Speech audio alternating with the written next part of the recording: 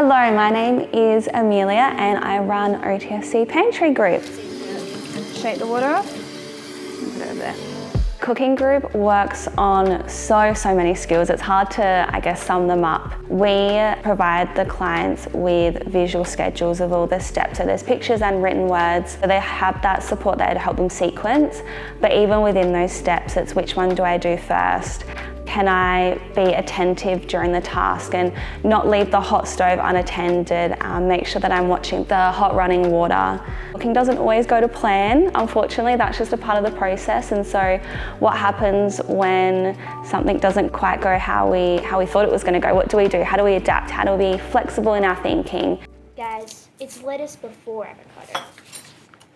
We've got some choices here. We either all do the avocado together or we split up and we have some people doing lettuce and some people doing avocado. In our cooking group, we work in a social setting. So we have up to 4 or 5 clients in the group at a time.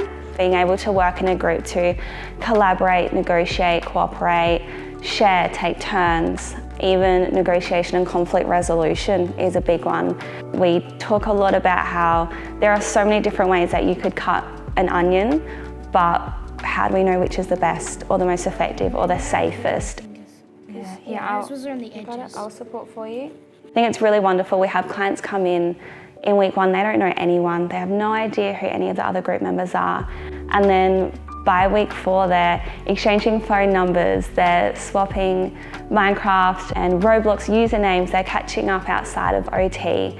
And I think for some of our clients who find making friends and building connections to be really tricky, knowing that cooking group is playing a part in creating opportunities for them to have those positive experiences. We've had some wonderful stories of clients taking the recipe home and then they'll come back the next week and say, oh, I made this with mum and dad and I shared it with the whole family and we had it for dinner. But also seeing the passion come through in our clients as well.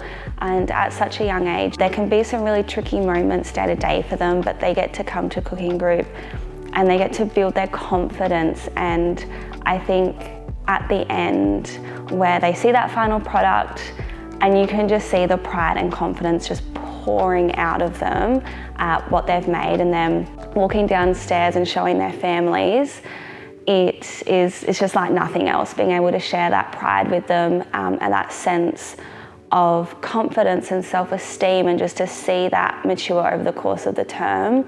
It certainly gives you the warm and fuzzies. It's definitely the highlight of cooking group, I think, for me.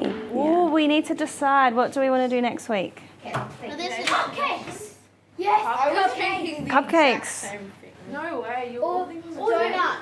Or we can make donuts. one big cake and then decorate.